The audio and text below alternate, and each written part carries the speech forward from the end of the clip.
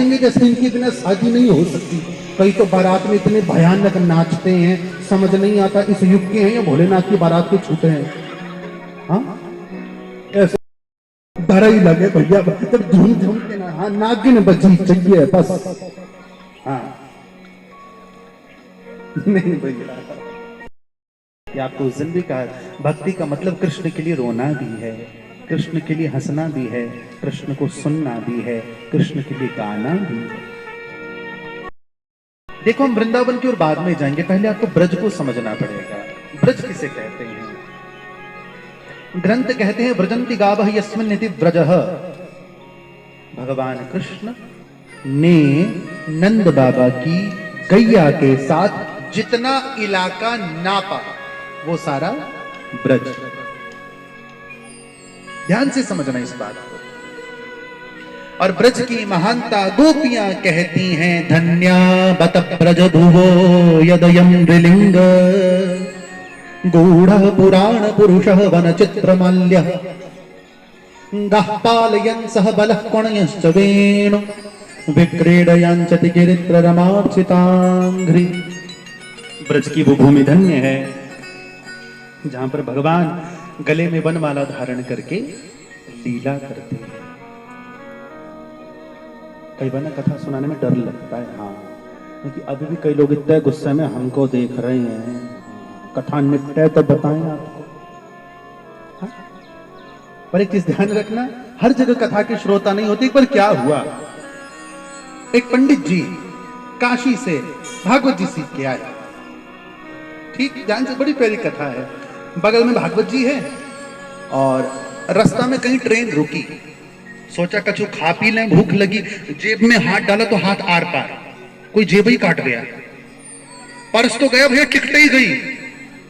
पंडित जी सोचे आगे जाने को कोई फायदा नहीं, चलो भागवत जी अपने साथ है, कहीं जाके कथा सुना दूंगा, 10-20-50 रुपया मिल जाएंगे तो चलो अपना काम है जाएगा। सामने बड़ा सा गांव दिखा, पर ध्यान रखना गांव मूर्खों का। पंडित जी भागवत सुनाने पहुंच गए, व्यास जी भागवत सुनाने पहुंच गए और गांव मूर्खों का। तो सोचा किसी व्यक्ति से बात करने से पहले मैं इस गांव के पंडित जी से बात करूं। तो सामने एक मंदिर था सीताराम जी का, वहां पहुंच गए और ध्यान से देखना, व्यास जी पुजारी जी को बोले, राम राम, हमको भागवत करनी है। पुजारी बोला, हमको नहीं चाहिए, आगे जाओ। पुजारी कोई नहीं पता भागवत क्या होती भैया, गांव को तो फिर है दो बंटा घर। व्यास जी सोचिए ये तो बड़ी अटपटी बात है। व्यास जी बोले, हमको भागवत करनी है। पंडित जी को समझना है भागवत होती क्या है। पंडित जी ने अंत में खींच के इतना ही पूछा, मेरा कुछ फायदा होगा? व्यास जी बोले, जितो चढ़ो भैया, आधो तेरो ने आधो मेरो, तेरा कोई जजमान है? पंडित जी बोले, हाँ हाँ, इस गांव का सबसे बड़ा जमींदार मेरा जजमान है, चलो उसके घर पे भागवत रखो। अब पंडित जी सोचे, जजमान को बोलूं तो बोलूं, पर क्या बोलूं, भागवत है क्या? 2-4 बच्चे बुलाए, बेटा इधर आओ, जाओ सबको बोलो भागवत हो रही है। ठीक, व्यास जी उस जमींदार के घर गए। उसके आंगन में एक पेड़ के नीचे एक बड़ा सा पत्थर, व्यास जी ने अपना कपड़ा बिछाया, भागवत रखी और कथा करनी शुरू कर दी। लोग इकट्ठे हो गए, लोग यूं देखे, लोगों को लगा टोपी से कबूतर निकलेगा, क्योंकि भागवत का तो पता नहीं। अब व्यास जी बड़े प्रेम से एक एक अध्याय की कथा सुना रहे हैं। इस प्रकार गोकर्ण का प्रसंग समाप्त हुआ। बोल बांके बिहारी लाल की। आपने तो बोला, उन्होंने नहीं बोला, और जूं देखे। अब व्यास जी बड़े प्रेम से कथा करे, चलो भैया। अंत में कोई पंडित जी बगल में खड़े टुकुर टुकुर देखे, कर क्या। इतनी देर में घर का मालिक आया। दोपहर का समय, घर के मालिक की आदत, वो खाना खाने के बाद उसी पत्थर पे सोता है जिस पे बैठ के व्यास जी कथा बांच रहे। ठीक, वो आया, उसने व्यास जी को ग्रंथ के साथ खसकाया और गोद में सिर रख के सो गया। अब सोचो भैया ऐसी कथा कैसी होगी, जजमान गोद में सोया, व्यास जी कथा सुना रहे। अब कथा तो सुनाए, व्यास जी बोले, बोल बांके बिहारी लाल की जजमान करे गर्र, बोल राधे रानी सरकार की जजमान तो करे गर्र। 1 बार 2 बार 3 बार व्यास जी को गुस्सा आ गया, भैया ऐसा नहीं बननी बात। व्यास जी ने धक्का दिया, एक जोरदार थप्पड़ जड़ दिया जमींदार के। लोग ताली बजाने लगे, भागवत शुरू हो गई, भागवत शुरू हो गई, भागवत। और भैया कभी जजमान जी मारे, कभी व्यास जी मारे, कभी जजमान जी ऊपर, कभी व्यास जी ऊपर, कभी जजमान जी नीचे, कभी, और लोग तो ताली, भैया भागवत तो बड़ी गजब की, मजा आ गया, रोज भागवत होनी चाहिए। आंगन में गड्ढा खुदा था, अब व्यास जी हृष्ट पुष्ट, जजमान दुबलो पतलो, दोनों लुढ़कते फुड़कते गड्ढा में गिर गए।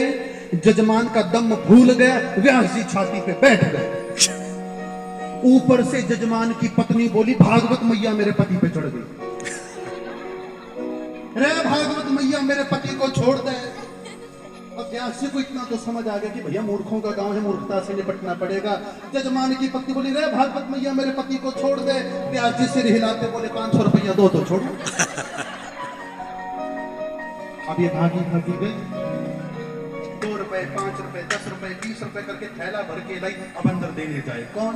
जो जाए भागवत मैया उस पर चढ़े, सीढ़ी लगाई, ऊपर थैली रखे, रे भागवत मैया रे ये रही तेरी भेंट। पंडित जी सीढ़ी चढ़ के बाहर आने लगे, अरे भागो भागो भागो, पेड़ों पे चढ़ जाओ, भागवत मैया किसी पे न चढ़ जाए। व्यास जी बाहर निकले, बड़े गुस्से में कपड़े झाड़े, एक हाथ में पैसे उठाए, दूसरे हाथ में भागवत जी उठाई, निकल गए। अंदर से लुटा पिटा जजमान निकला। मंदिर के पंडित जी बोले, वाह जजमान तैने तो भागवत करा ली। जजमान बोला, ऐसे थोड़ी कराई, छाती पे कराई, छाती पे, पर भागवत थोड़ी भारी थी।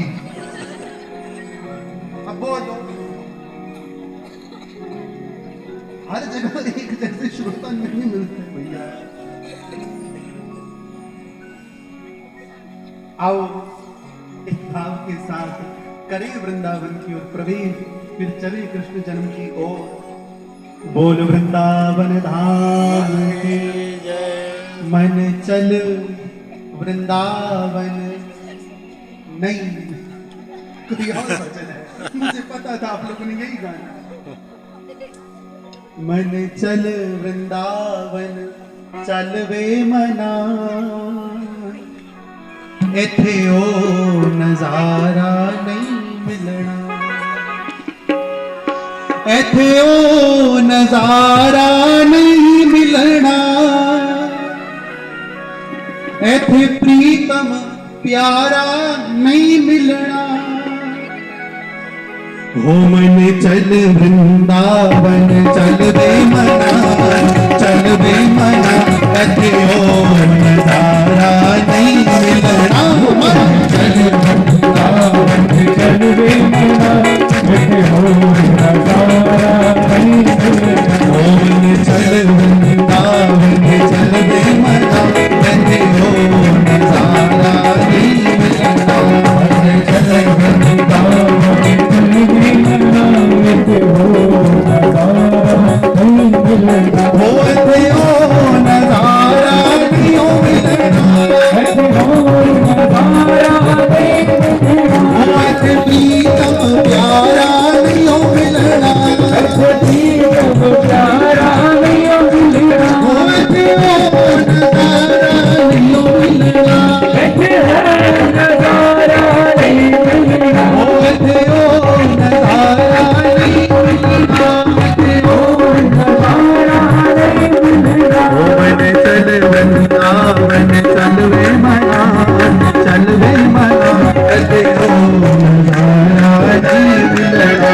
मन चल वृंदावन चल वे मना, इथे ओ नजारा नहीं